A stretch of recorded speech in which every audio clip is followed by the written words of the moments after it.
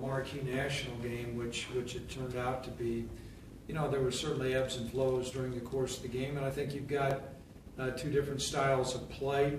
I was particularly surprised the number of.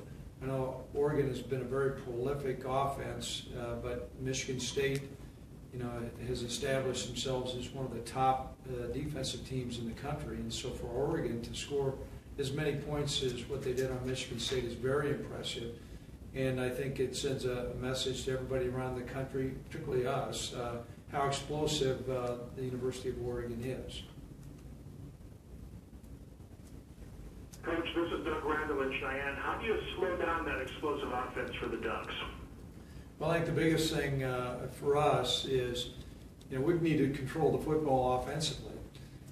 That's been part of our reason why our point total has been down to where it is because our offense has done a nice job of time of possession, changing the field and moving the field over. So that's going to be a point of emphasis, number one. Particularly, too, we need to be very assignment bound.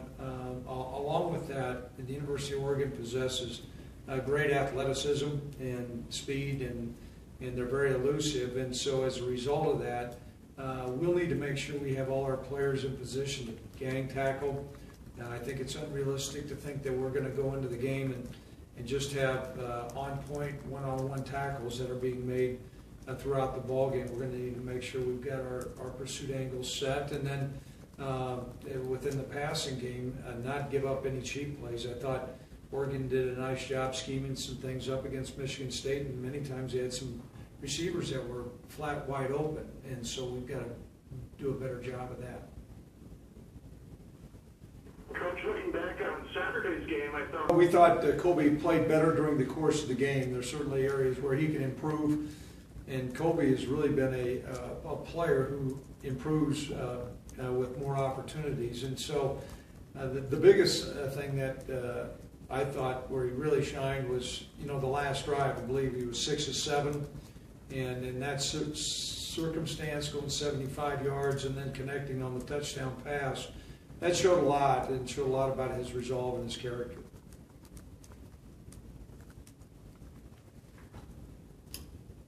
Okay, President Media here.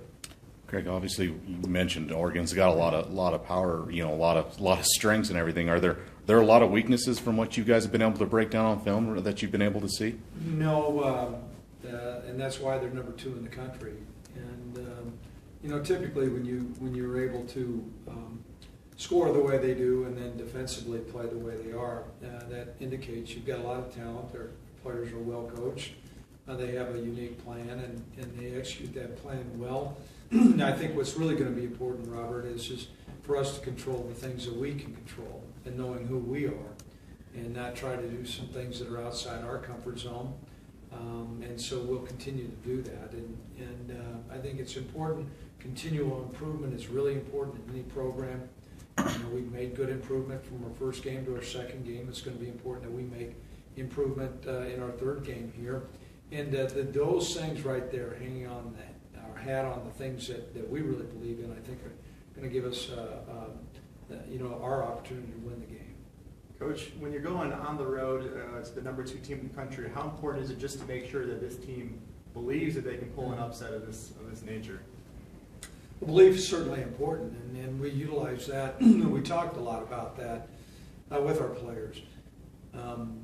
Going into an environment like the University of Oregon, and I've not been there, but I understand it's a tough environment, tough place to play. Poise and confidence certainly come into play. It does help the fact that while we have a lot of inexperienced players at the systems that we're in, we have quite a few older, mature players. You've got 9 returning starters on defense, guys who played a lot of football. And while Colby is a first-year starter, he is a fifth-year senior. And so certainly maturity comes into play. And I think being able to cling and believe in the principles that we have as a program, I think is really going to be important for us. We hear a lot about what Oregon's offense and the high-poweredness, but what about the defense? What makes that defense pretty good, and what do they particularly do well in your mind? Well, excuse me, I appreciate you bringing that up, because I spent a lot of time looking at their defense, because you hear so much about their offense. And when you look at their defense, I think it's important to start up front. and you see guys who are 6'7" and 280 that can really run. That's unique. You just don't see those kind of defensive linemen very often. And they operate out of a 3-4 front, the same way that Air Force deploys their guys out of a 3-4 front. However, it's an upgrade in talent. I think they've got a very capable secondary. One of their corners, I believe, is an All-American candidate, and he's got great athleticism and speed. So you combine it with a scheme that 3-4, which we had a difficult time moving the ball with last week, and then along with that, a secondary that can back it up. That poses big-time challenges, and that's another reason why I think they're currently number 2 in the country.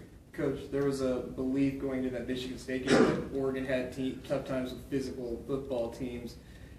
They seem like a physical football team themselves. They just may not get that credit that, it's all about finesse and all that. Mm-hmm. Do you see them as being a physical type of football team that can play that way?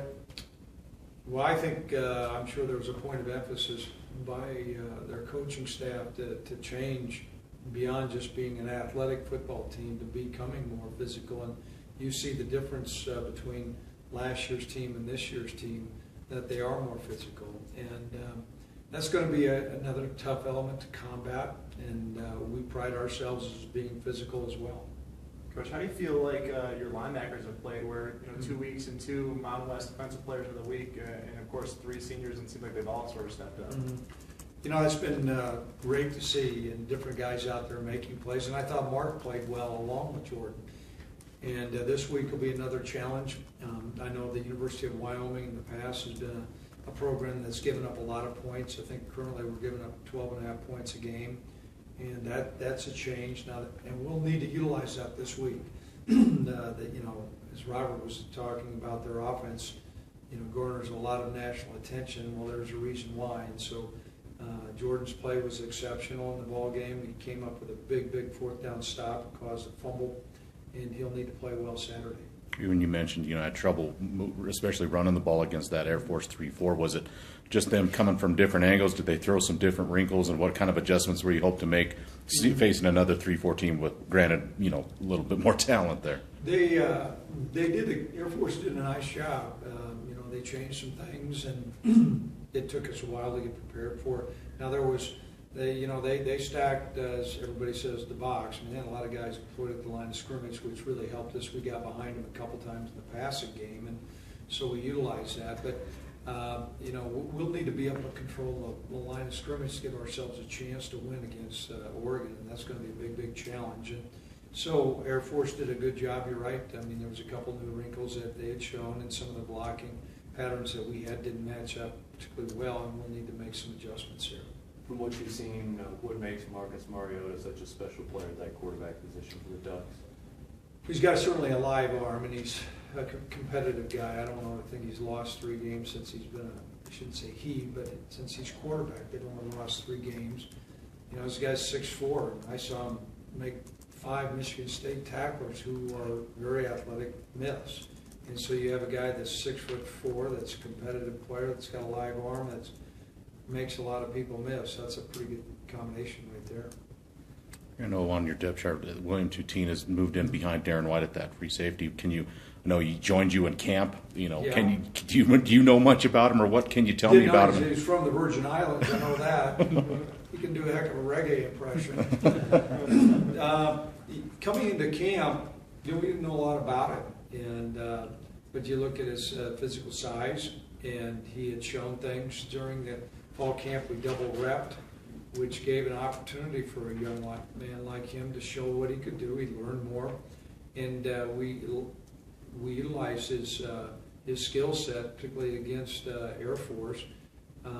Good, solid tackler, and so we feel like he's got a future. And it was he played in the ball game, and I would venture to say, in the nature of how Oregon plays at a fast pace, he'll play against Oregon as well. Craig, you mentioned, going back to that last drive last week, after the game you mentioned that Brent, you thought he was 3 or 4 plays ahead, thinking ahead. He was. Yeah. In that critical of a situation, how comforting and how rare is that to have a coach that can be thinking that far ahead in the heat of the moment like that? Well, it's a great asset, and that's why you hire really good people. Brent Brent's called plays for a long time in a lot of tough situations, and that drive was a methodical drive that was well planned out. And I wouldn't say everything was exactly perfect, but pretty doggone perfect. And he had that the touchdown pass greased up, and so it is a great deal of comfort for me as the head football coach in our program to have his leadership. And then along with Brent, though, Steve Standard, I think, is a well-seasoned coordinator as well. And so those guys have lent a great deal of leadership and expertise and placing, I think, long-term building blocks for a program. Coach, how much emphasis is being placed on tackling at that corner position where you've had a couple just gaps throughout the first couple games? We're going to work hard on that this week. And not only you, but a lot of people observed our corners have not tackled particularly well. And so there will be more of an emphasis this week. And those guys are out on an island. Now, occasionally they're going to miss a tackle or two, but there's been too many, and we've got to correct that. I think that became really apparent when Air Force, who's noted as a running football team, went to throwing smokes and hitches against us, and we're moving the ball effectively. We got to shore that up. Greg, you mentioned even last week just 2 penalties in the game against Air Force. One was took a delay game on purpose, but just 3 penalties in the first 2 games, and learning everything for all these guys. That's got to make a coach smile quite a bit. So far. It speaks well of our players. They're bought in. We talked about changing how we're going to play, and part of being Cowboy tough is mentally tough, and so we're well pleased with that. That allows us to play the games how we play them. You're not going to try to just go in and outscore everybody. You've got to utilize field position and play defense, and you certainly don't want to shoot yourself in the foot offensively with penalties or foolish penalties defensively. And in a game like this is going to be an important game, and we're going to emphasize this. I'll talk specifically to our team going into an environment like Oregon. We got to dance with who brought us. We're 2-0, and look at why are we 2-0. And a lot of it is because of how we played, and we'll need to continue to play with that same type of attitude and mental intensity. Anything else?